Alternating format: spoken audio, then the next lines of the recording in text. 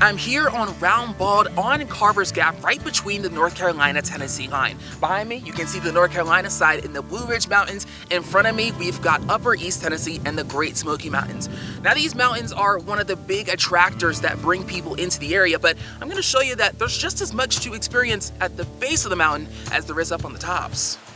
The town of Roan Mountain is an unassuming spot along Route 19 East, but it's a tight-knit community that's just as closely connected with nature. What are some of the big parts of living in this town? Hiking and hunting. The Roan Highlands up here are people come from all over the world. Forces you to remind you have to stop and look around and go, it's amazing here. There are two communities that have formed here in Roan Mountain, the locals and the hikers. They're two different representations of living in the mountains that complement each other well.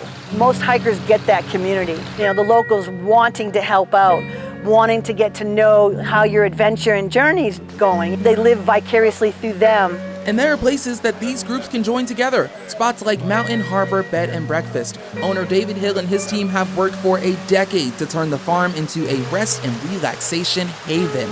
Many say their food is the best in town and the whole Appalachian Trail. Last night the special was a Reuben and fries, and I came down here still sweaty, dirty, gross, threw my pack off and got a blue moon right away. I mean, the hiking is great, of course I love the hiking or I wouldn't be out here, but these tend to be the best days. Chill, relax, hang out with other hikers, air dry all your stuff. And speaking of food, there's no shortage of deliciousness around here. There's pizza, Mexican, and some sleep-inducing barbecue that we had for lunch. But what really jolts this town to life is the Rhododendron Festival at the end of June.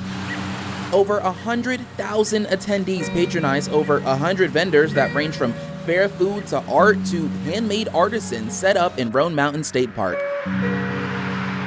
Melanie Ellis-Avgene is a local print and gift maker, but she's also a native who found her way back home. This festival is a way to connect to her local legacy. This is my dad. My dad loved to fish. So he's a fly fisherman and he passed last year, so we honor him that way. My grandparents were both school teachers here, and I use Ellis when I go to an event, and every single time someone will say, your grandmother was my favorite teacher, or your grandfather whacked my knuckles one too many times, or something. But it's just cool to have a history in a place.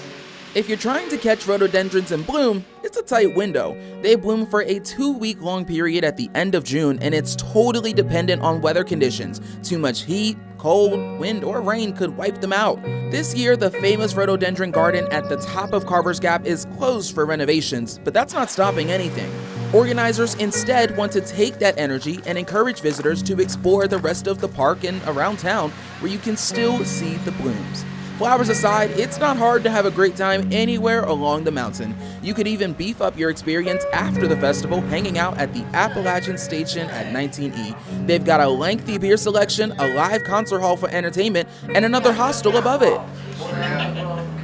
Out of Roan Mountain, I'm Tavian Whitehurst.